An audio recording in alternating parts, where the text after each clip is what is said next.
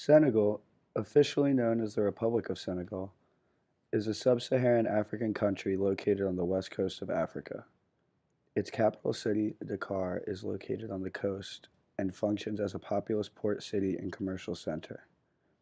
The location of the city makes it easy for Senegal to export goods such as peanuts, gold, and fish, which are three of their main exports. Senegal is a primarily Muslim country, with over 90% of its population estimated to be Muslim. Their strong religious beliefs and often poor economic situations lead to many families educating their children on Muslim traditions and practices by sending them to daras, or religious instructional schools, when they are as young as 3 years old.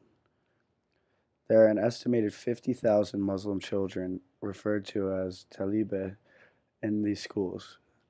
The schools are typically hundreds of kilometers away from the children's homes, which make them function as boarding schools that they live in for most of their childhood. As children leave home to attend these schools, problems arise within the Daras. The Talibe are subject to abuse, poor living conditions, and limited food and water. The Talibe are forced to listen to religious preaching for the duration of their education instead of important school subjects such as math or reading. The Quranic teachers, called Marabu, are oftentimes the source of the abuse, forcing the children to beg for food and money on the streets of Dakar. If the children return without meeting their daily quota, the Marabu may abuse the children, take some of their food, or even make the children sleep on the streets. Oftentimes, law enforcement and government officials witness this abusive environment but do not punish the Marabu. This creates a dangerous and traumatizing environment for these children, which no developing child should have to endure. At protecting the children of the Talibe, we want to help improve living conditions for these children and protect them from the dangers that the Daras create. We are a nonprofit organization who aims to help the children of the Talibe by providing them with safe living and learning environments, shelter, and food within Dakar.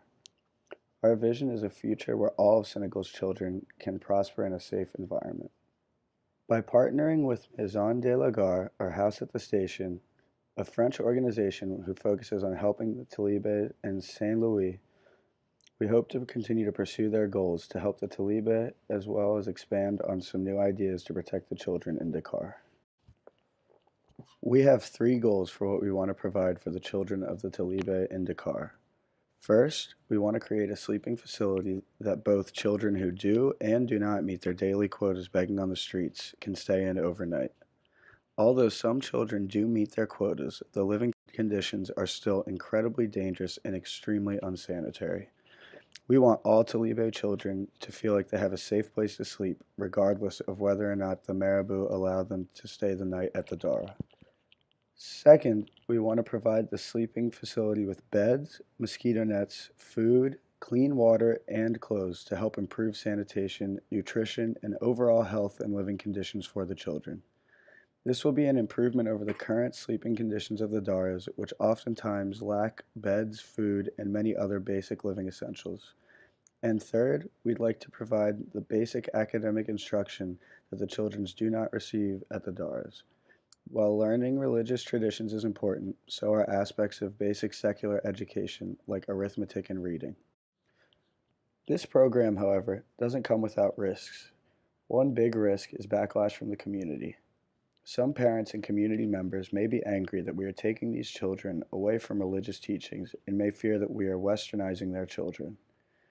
This can be mitigated by still having religious teachings in the schools alongside the non-secular education and by hiring locals as teachers and workers. This will ensure parents that they are still learning about their religion and are not being influenced by foreign teachers. We have a budget of $1 million to create these centers and get the necessary supplies. The cost of building the centers is about $100 per square foot, and depending on the size, could add up to about $100,000 per center.